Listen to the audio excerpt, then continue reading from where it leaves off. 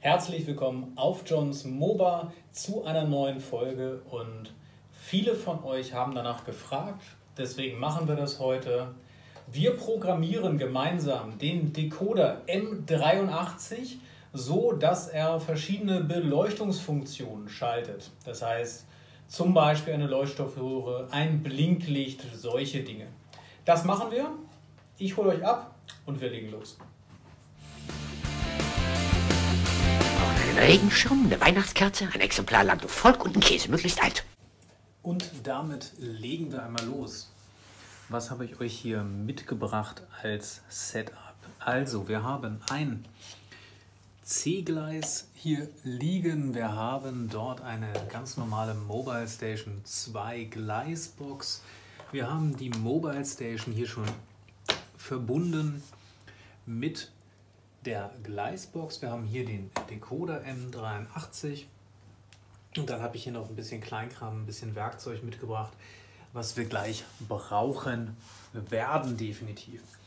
Was ist das im Detail? Also wir haben eine Flachzange, die hilft eigentlich immer, so eine ordentliche Abknipszange sollte man eigentlich auch immer haben. Wenn ihr bei Schrauben mal ein bisschen schneller sein wollt, ist so ein kleiner Bosch Exo oder ähnliches auch immer zu empfehlen. Und wir haben hier natürlich den M83. Das Szenario ist, wir wollen jetzt eine Lampe schalten, die soll ein bisschen flackern, wie ein Feuer neben dem Gleis, und dann haben wir ein Blaulicht quasi, es soll später ein Fahrzeug mit Blaulicht sein, was hier dann daneben fahren soll. Dieses Szenario möchte ich mit euch umsetzen, mit dem Decoder M83, und das machen wir jetzt einfach mal. Was euch aufgefallen sein dürfte, wir haben jetzt hier auch gar keinen Stromanschluss liegen. Als Stromanschluss verwenden wir heute diese kleine Powerbank hier, beziehungsweise USV. Die hat einen 12 Volt Ausgang. Den schließen wir an die Mobile Station und können dann tatsächlich mit 12 Volt hier arbeiten. Das wird jetzt auch unser erster Arbeitsschritt sein. Das schließen wir an. Es ist eingeschaltet und ihr seht, das Licht der Mobile Station geht schon an. So, und bevor wir jetzt mit irgendwas starten können, ihr seht, die Mobile Station ist hier schon auf Stopp gestellt, müssen wir den M83 in einen Programmiermodus bringen. Was heißt das? Der hat unterschiedliche Varianten, wie ich ihn ansprechen kann, und er kann nur programmiert werden, wenn er im sogenannten DCC-Modus ist. Und der DCC-Modus ist hier zu aktivieren, ganz oben mit dem kleinen 10. Wenn der oben ist, hier die Nummer 10, dann habe ich den DCC-Modus aktiviert und kann eben auch den Decoder programmieren. Dann habe ich die ersten 9 für die Adresse. Und wenn ich diese Adresse definieren möchte, finde ich das hier in der Anleitung. Erstmal alle 10, okay. Das hatten wir gerade. Und dann finde ich hier die Adresstabellen. Und ich habe jetzt ja nur die 1 bei mir hochgestellt als DIP-Schalter. Das heißt, meine 4 Adressen sind jetzt in diesem Szenario hier 1 bis 4, wie es auch auf dem Decoder draufsteht. So, was ihr kennt, wenn ihr so einen Decoder habt, normalerweise schließt man die Kabel hier so an, die weichen Kabel, also zweimal blau, einmal gelb, und kann dann hier quasi rot und grün eben schalten bei den weichen Ausgängen. Wir werden jetzt dieses Kabel auch gleich verwenden. Diese Anschlüsse sind beim Licht dann ein ganz bisschen anders. Erstmal müssen wir dann als nächsten Schritt, wenn wir hier im Programmiermodus sind, unseren Decoder verbinden mit dem Gleis. Wir werden jetzt, weil es nur 2 Lampen sind, die externe Stromeinspeisung hier nicht verwenden. Ihr könnt aber sonst, wenn ihr euren guten Digitalstrom dafür nicht verwenden wollt, aus der Mobile Station hier über ein externes Netzteil auch Strom ransetzen. Ich habe jetzt hier extra Gelb und Braun gewählt. Schließt das Ganze mal an. Ist ja auch hier im Gleis immer beschrieben, also Braun kommt auf 0. Und dann machen wir doch den Gelben auf den Bahnstrom hier gleich als erstes.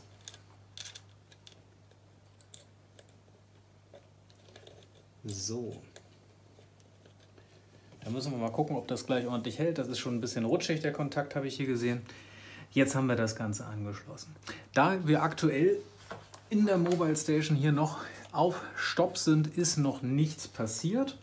Und das Erste, was wir jetzt machen werden hier, ist, dass wir diesen kleinen Decoder hier auf seine Werkseinstellungen zurücksetzen, bevor wir anfangen mit der Arbeit. Wie machen wir das? Erstmal gehen wir hier hin und legen eine neue Lok auf einem leeren Platz an.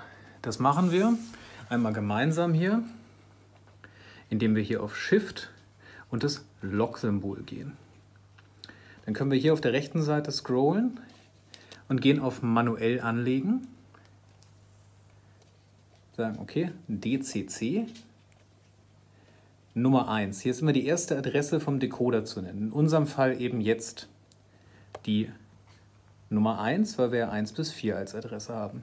Wie die heißt, die Lok, ist ganz egal. Welches Symbol die hat, ist auch vollkommen Wumpe. Wir nehmen jetzt mal das hier. Und jetzt haben wir hier schon eine fiktive Lok definiert, mit der wir gleich diesen Decoder programmieren können. So, jetzt geben wir einmal Feuer aufs Gleis. Jetzt haben wir die Spannung auf dem Gleis. Können noch einmal prüfen, Shift, das Symbol und die Taste hier, also gleichzeitig. Haben dann hier die Verbrauchswerte. Sagen dann Spannung. Da seht ihr auch, wir haben jetzt, tada, 12,2 Volt. Also für alle, die in der Spur Z fahren, kleiner Tipp, so eine Powerbank bringt auch schon eine ganze Menge. So, also wir haben hier jetzt unseren Decoder. Wenn der da so ein bisschen rot blinkt, ihr seht, das Kabel ist gerade hier wieder abgesprungen. Also Bescheuerter Trottel, du bist ja feuergefährlich blöd. Eine Affenschande. Kannst nicht mal 2 Leitungen verbinden. Du Blödjan, du erbärmlicher Pesepampel. das war jetzt nicht so ideal. Gucken wir mal. In der Hoffnung, dass der da jetzt dran bleibt. Ich habe ja in weiser Voraussicht hier so ein bisschen Isolierband. Dann hauen wir das doch schon mal darüber,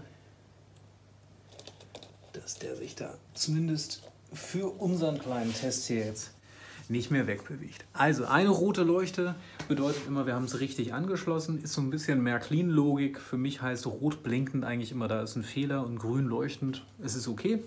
Märklin sagt, wenn es rot blinkt, ist es in Ordnung. Aber gut, also rot blinkend heißt, ist in Ordnung. Muss man wissen. Und jetzt können wir loslegen. Das erste, was wir machen, ist, wir stellen den Decoder auf Werkseinstellung zurück. Das ist jetzt tatsächlich hier auch wie bei eigentlich jedem Decoder. Wir gehen also auf Shift, Lok, CV programmieren, wählen dann hier die 8 aus und sagen, in der CV Nummer 8 wollen wir nicht auf die 131, sondern wir wollen auch hier auf die 8. So, und jetzt haben wir die Werkseinstellung. Also 8.8 Werkseinstellung. Galt auch früher für Sherman-Panzer. Haha, so. Also, und jetzt ist die Frage, wie kommen wir von da weiter? Denn was haben wir jetzt? Jetzt haben wir hier quasi 4 Weichenschalter. Ihr seht das, ich drücke hier rot oder grün. Und dann passiert hier quasi nichts, sondern wir haben nur den Schaltimpuls jeweils. So, das ist ja noch nicht das, was wir wollen. Wir wollen ja einen Schritt weiter. Wir wollen im Endeffekt hier dauerhaft was schalten und wir fangen jetzt mal an mit unserer kleinen Glühlampe, die hier das Feuer simulieren soll. Jetzt könnt ihr bei Google eingeben, ich glaube, jetzt blinkt es. Und mit diesem geheimen Code, denn Märklin schreibt das in keine Anleitung rein. Märklin hat das wirklich so versteckt. Ihr müsst diesen geheimen Code hier, ich glaube, jetzt blinkt es, eingeben. Und dann kommt als erstes, ich glaube, jetzt blinkt es, Digital Märklin Magazin 2014 Nummer 2. So, und dann seht ihr das. Und das ist eine Beschreibung zum Digitaldecoder M83, wie ich mit dem M83 nun Dauerstrom schalte und eben Effekte programmiere. Interessanterweise steht davon kein Wort in der Anleitung. Also Märklin ist der einzige Hersteller, den ich kenne, der ein super cooles Gerät rausbringt, was super viel kann und dann sagt, ach, das soll bloß keiner rausfinden, das soll bloß keiner wissen. Ganz ehrlich, die Logik erklärt sich mir nicht. Da frage ich mich, was die Leute hauptberuflich machen, die solche Entscheidungen treffen. Weil das ist wirklich absoluter Humbug. Aber Herr Kriminalassistent. Ruhe, sag ich! Ihr seid ja Hochstapler, hirnlose Hornochsen, ihr seid unfähig! Wenn man das hier allerdings gefunden hat mit dem Codewort, ich glaube, jetzt blinkt es, gibt es hier eine sogenannte CV-Liste und mit der kann man jetzt anfangen zu programmieren. Es gibt 3 CVs für jeden Ausgang. Schaltfunktion, Pulsbreite, Periode. Schaltfunktion ist, glaube ich, relativ klar. Das ist, was soll das Ganze tun? Und zwar an Ausgang 1 rot ist die 112. Ausgang 1 rot ist hier der ganz linke. Und damit das gleich funktioniert, sollte ich wahrscheinlich aufhören, hier so dran rumzureißen. Also der M83 bleibt jetzt mal da unten, sonst passiert hier gleich nichts mehr. Wir bleiben mal kurz hier.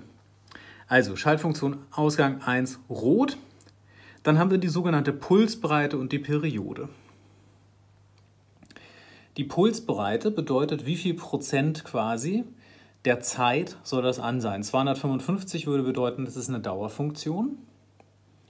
Und dann haben wir die Periode, das ist quasi die Wiederholungszeit. Wann oder wie oft soll die Pause eintreten, wie lange ist die? Und wenn wir den Wert auf 1 stellen, sind das 0,05 Sekunden. Das ist die kleinste Schalteinheit. Das heißt, wenn wir hier auf Blinken stellen und auf den Wert 1 gehen hier, dann haben wir ebenfalls ein Blinken mit dem Abstand von 0,05 Sekunden.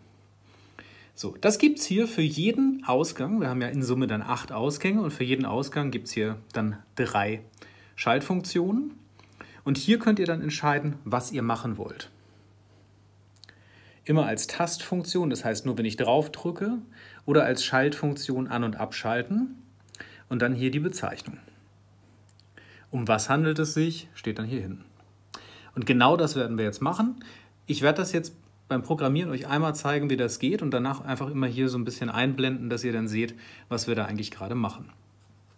Als erstes verbinden wir jetzt aber unsere Glühlampe mit dem Decoder. Wir haben also hier Gelb und Braun, das sind unsere beiden Kabel und wir machen das jetzt einfach mal so, dass es hier beim Wechselstrom jetzt schnurzpiep, egal wie wir es machen. Wir setzen jetzt den Braun in die Mitte und gehen auf Rot 1 hier auf unsere Lampe. So, jetzt passiert ja erstmal nichts.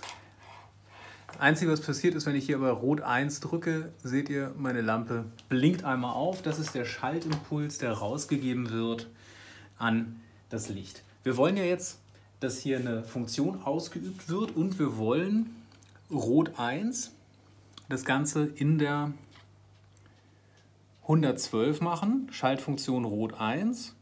Und wir wollen hier eine Art Feuer simulieren oder sowas. Wir gehen jetzt einfach mal hin und sagen, wir nehmen das Marslicht auf Dauer. Das ist die 137. Was müssen wir also machen? Die 112 auf 137 setzen. Dazu gehen wir hier wieder hin. Wir sind ja noch in unserer Lokomotive. Shift, Lock, CV programmieren. Dann gehen wir hier auf die 112.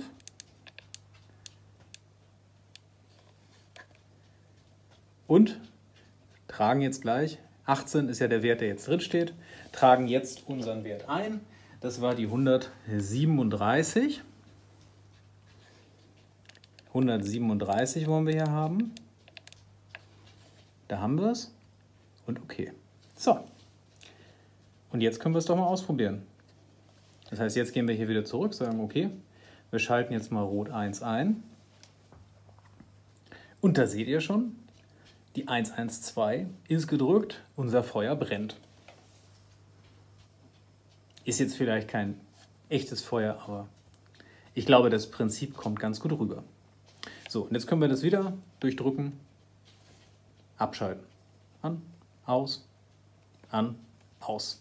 Also das funktioniert schon mal super mit einer normalen Glühlampe. Jetzt haben wir gesagt, zweites Szenario ist, wir wollen jetzt die nächste Lampe als Blaulicht definieren und dafür haben wir jetzt ein Fahrzeug zum Beispiel mit einer blauen LED. Das habe ich hier schon mal vorbereitet. Das ist eine kleine blaue LED. Und diese blaue LED hat jetzt auf der einen Seite, wie es sich gehört, schon einen Vorwiderstand einfach mal so rangeklebt bekommen von mir. Keine hochwertige Arbeit, aber ich glaube, für jetzt wird es reichen. Und jetzt nehmen wir uns hier einfach mal dieses weichen Anschlusskabel, weil die da so gut reinpassen. Stecken die Seite mit dem Vorwiderstand auf gelb, also den Rückleiter, und den blauen auf der anderen Seite rein. Und sagen, jetzt können wir das ja gleich mal programmieren und schalten. So, und jetzt kommt hier etwas, was ja einen erstmal wundert. Diese blaue LED, die leuchtet jetzt. Und da fragt man sich, warum leuchtet diese blaue LED jetzt? Denn hier ist alles aus, da ist nichts geschaltet bei der 2.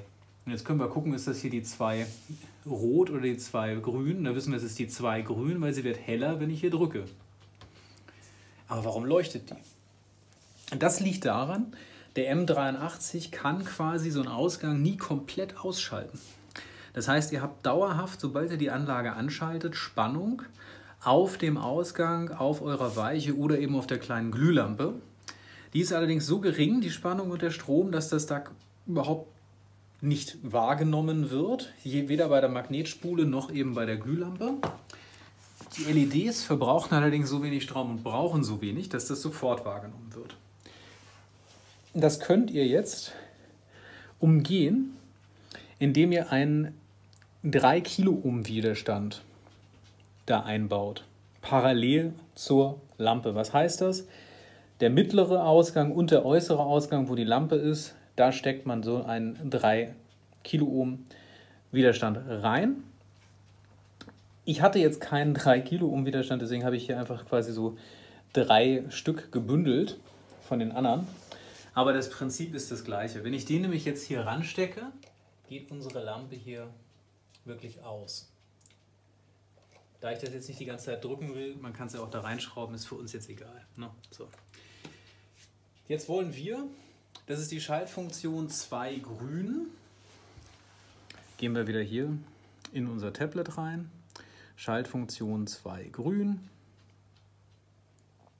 So, Ausgang grün, Schaltfunktion 2, 121. 121 wollen wir programmieren und zwar setzen wir die 121 auf 130 Blinklicht 1, würde ich mal sagen, oder? Also 121 auf 130, das kriegen wir doch hin. Shift, Lock-Taste, CV programmieren, 121 auf Wert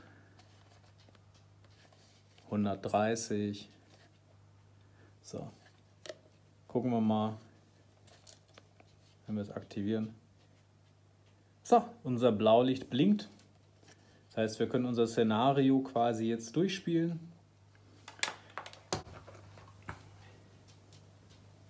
Wir geben ihn hier dazu. Reicht das eigentlich auch, wenn ich den da reinknocke? Ja, tatsächlich, dann machen wir doch das.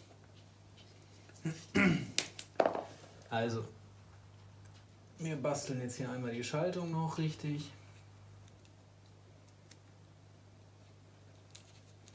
Ich schalte jetzt den Widerstand hier parallel zu der LED. Das heißt, wir haben quasi jetzt parallel zur LED den 3K Widerstand und können damit die Lampe dann deaktivieren. Seht ihr jetzt? So. Unsere blaue Feuerwehr-LED hier leuchtet nicht mehr. Jetzt können wir über Rot 1 das Feuer aktivieren. Wir haben den Brand neben dem Gleis und sagen, oh, oh, oh, um das zu lösen, muss jetzt die Feuerwehr anrücken. Und haben die Feuerwehr. So, und weil Lichtfunktionen nur im Dunkeln wirklich Spaß machen, mache ich euch mal jetzt das große Licht hier aus.